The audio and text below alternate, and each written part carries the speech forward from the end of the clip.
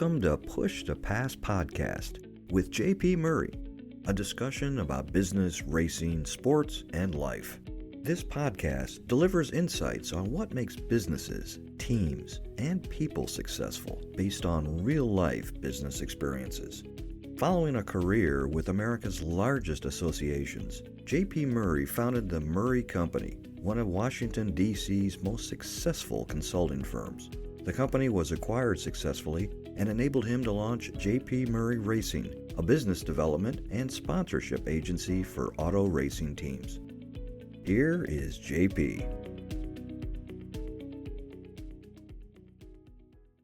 Hello, everybody. Welcome back to the Push to Pass podcast.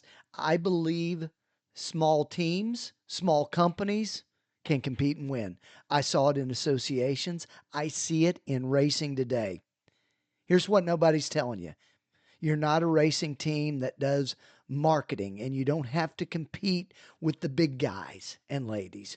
You're a media company that happens to race cars. And once you flip the switch in your brain, everything changes. Today, we're going to break down a playbook that turns your smallish disadvantages into the most powerful weapon, I think, in motorsports.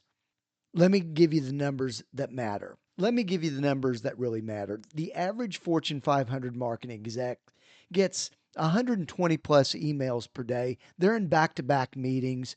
They can't tell you what their own kids had for breakfast, probably, let alone what your race team wants or that it even exists. And by the way, many of your large team competitors have to navigate that.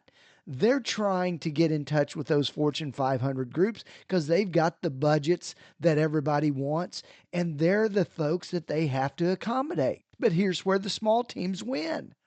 While big teams need to be in that mess and sending one generic proposal after another to get through 17 layers of bureaucracy, what I'm saying is we're already on the phone with the decision maker at a mid-cap company that can help us succeed. People that they're never going to speak with. So the question isn't about how do we compete with the big teams? The question is really about how do we make them irrelevant to what I'm really doing? I'm not playing their game. 3-pillar strategy of competing as a small team compared to the others in your space. The first pillar is where we really crush the competition, and that's direct access to you, me, the team owner, the team driver. The tactic is every piece of communication from your team serves 2 purposes. And write this down. 1, to build awareness with new sponsors, and 2, to reinforce current sponsors that they made the right choice. Here's how you implement that. Monday morning, personal video message to each sponsor about the weekend's performance. Friday, when you're at the track, tell them what's happening with the text or how we're running. Get that kind of person-to-person intimacy with your sponsors. That's close to 50 touch points during the race season per sponsor. Show me a big team that's doing that during the race weekend in a very face-to-face personal way. I'm not sure they are. Number 2 pillar is speed and agility. We got to be fast and we got to be agile. Big teams typically have committees. They have bureaucracy they have to deal with. It's the nature of the beast. You can have conversations. They have approval processes. You have the opportunity to act on it now. 24-hour rule. When a trending topic hits, whether it's a viral racing moment, a news event, social media trend, respond within 24 hours and turn content around on it. Other teams might have to run it through a whole system to get approval. I'll give you a tactical example. Remember when Santino Ferrucci, the AJ Foyt driver, had a beer tossed from the stands that he chugged and got a great amount of viral exposure and content with? I sent that to all our prospects and our potential sponsors right then so I can start to connect with them. I didn't run it through 1 million people to do so. Pillar number 3 is authentic storytelling. I love this for small companies. You know what sponsors are buying? They're not buying the logo on their car. They're buying story space or the people that we want to talk to. They want to be a part of the team. And your access and your ability to connect with them, these sponsors on an individual basis is going to enable them to be a part of your team and a part of your story. So I think about a content strategy that goes like this. I give away the best stuff I know about for free. I'm brutally candid about the challenges and the victories that we face. I document the journey. I learned that from Gary Vaynerchuk. Don't just show the highlights, because big corporate organizations do that. They're less likely to show their challenges, in my opinion. So go ahead and put it out there. So a tactical framework looks like this: 40% is behind the scenes content, 30% is educational content, and for you as a race team, it may be teaching the sponsor about racing activations. Do you think the big teams are going to do that for them? I don't think so. 20% of your content is about showing how sponsors are currently using the work that you're doing with them. Showcase them, how they do it. And 10% is pure promotion. Now, this isn't on every platform. We don't have the ability to be the biggest racing organization on Facebook, Insta, X, and LinkedIn. I'm thinking about you being consistent on LinkedIn. That's where your sponsors are likely present.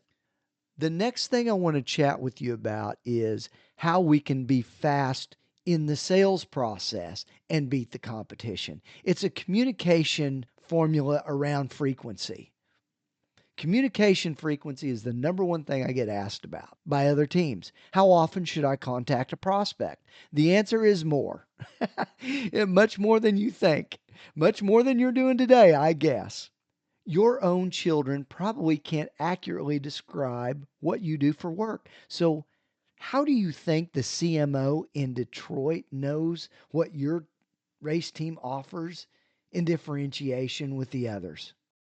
I want to communicate with them more often than everyone else does. Again, my targets, not the big race team's targets. It looks something like this. Touch 1, initial outreach email. Touch 2, social media connection and engaging with their content. Touch 3, a phone call to them. 4, some value added content, maybe even an invitation to a webinar where I'm going to talk about sponsorships.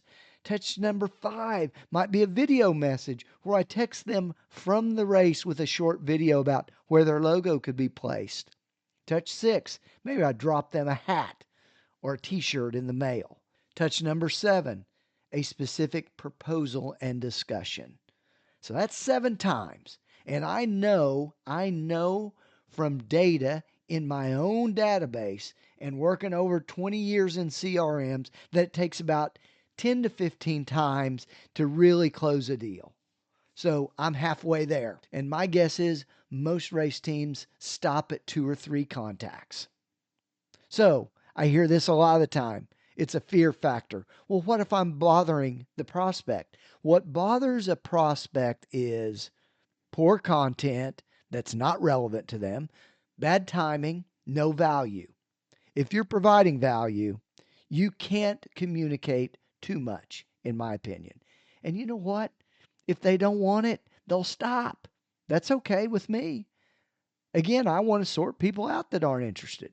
While the big teams are managing the politics and the bureaucracy of many, you're building relationships. While they're in meetings, you're creating. While they're seeking approvals, you're moving faster.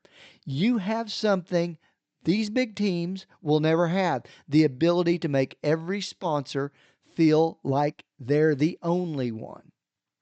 Let's close this up with a couple of action items this week. Number 1, audit every piece of content you created last month. Is it doing the work for me? Does it build awareness or reinforce current sponsors? If it doesn't do the awareness play or cause interest or awareness with other new sponsors, I'm going to change it to make sure it does next time. The next item, document behind the scenes moments and then use those to communicate with the prospect. Give them an inside look at your organization. And number 3, continually communicate, recognizing that 10 touch points are going to be needed to close the deal. That's it. Don't overcomplicate it. You're competing with big teams. You make them irrelevant by playing a different game that's fast, personal, tight, authentically connected to you and them. If this episode helps you and your team do things a little bit differently, I hope you'll share it.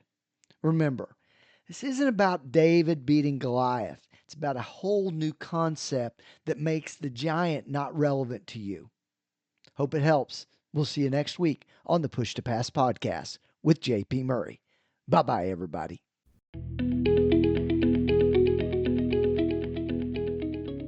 Thank you for listening to the Push to Pass podcast with JP Murray, a discussion about business, racing, sports, and life. If you would like to sponsor Push to Pass, send an email to jp@jpmurray.com. Follow JP on Twitter, LinkedIn, Facebook, and YouTube. His website is jpmurray.com. Until next time, push yourself to pass the competition. Thanks for listening.